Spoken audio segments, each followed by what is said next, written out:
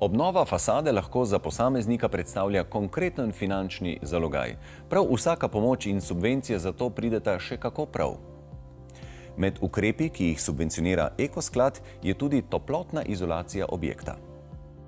Ko se investitorji odločajo o prenovi fasad na svojih stavbah, je smiselen ali pa že kar obvezen razmislek tudi o vgradnji izolacije na fasado. Določeni stroški, ki nastanejo pri obnovi fasad, so namreč neodvisni od vgradne izolacije, zato se obnova fasade ne podraži tako bistveno, kot si včasih mislimo. V osnovi poznamo več tipov fasad. Prve so prezračevane fasade, kjer se med zaključno oblogo, naj bo to opeka ali leseno paž, in pa izolacijo vgradi paroprepustna folija in pa prezračevana plast zraka. Večinoma se pa pri obnovah fasad uporabljajo oziroma izvajajo kontaktne fasade, kjer se toplotna izolacija lepi z ustreznimi lepili neposredno na pripravljeno podlago, torej na zid. Seveda je pri izvedbi fasad so zelo pomembni detajli. Od njihove izvedbe namreč je odvisna kvaliteta, trajnost take fasade in tudi končni prihranki pri energiji, ki porabimo za ogrevanje.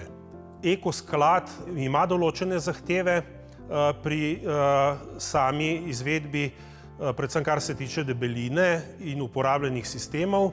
V pomoč investitorjem in tudi izvajalcem in inženirjem, ki načrtujejo prenovo fasad, je pa lahko tudi izdelana tehnična smernica za izvedbo kontaktnih fasad, ki so jo pripravili in izdali proizvajalci toplotno-izolacijskih sistemov, kjer je predstavljena predvsem tehnologija vgradnje posameznih slojev na fasado in pa prikazane tudi tehnične risbe, izvedbe posameznih detajlov, naj si bo to izvedbe okenskih polic, okenskih špalet, stičenje posameznih materialov na fasadi, recimo med coklom in pa fasado, zaključki fasade na ostrešje, izvedba kotov, vogalov in tako naprej.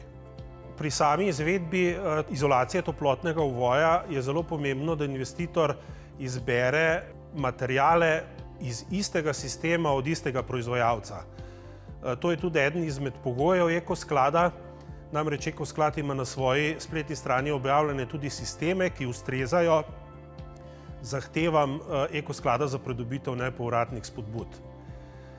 Glede debeline same toplotne izolacije pa je glede na toplotne lastnosti posameznih materialov strani Ekosklada zahtevana debelina najmanj 18 cm, vkolikor izberemo mineralno volno, najmanj 15 cm, vkolikor izberemo stiropor, oziroma najmanj 13 cm, vkolikor izberemo grafitni stiropor. Vkolikor investitorji izpolnijo zahteve Ekosklada, lahko kandidirajo pri njem na ugodne kredite in hkrati tudi na nepovratna sredstva, ki znašajo 20% priznanih stroškov naložbe oziroma največ 12 evrov po kvadratnem metru fasade.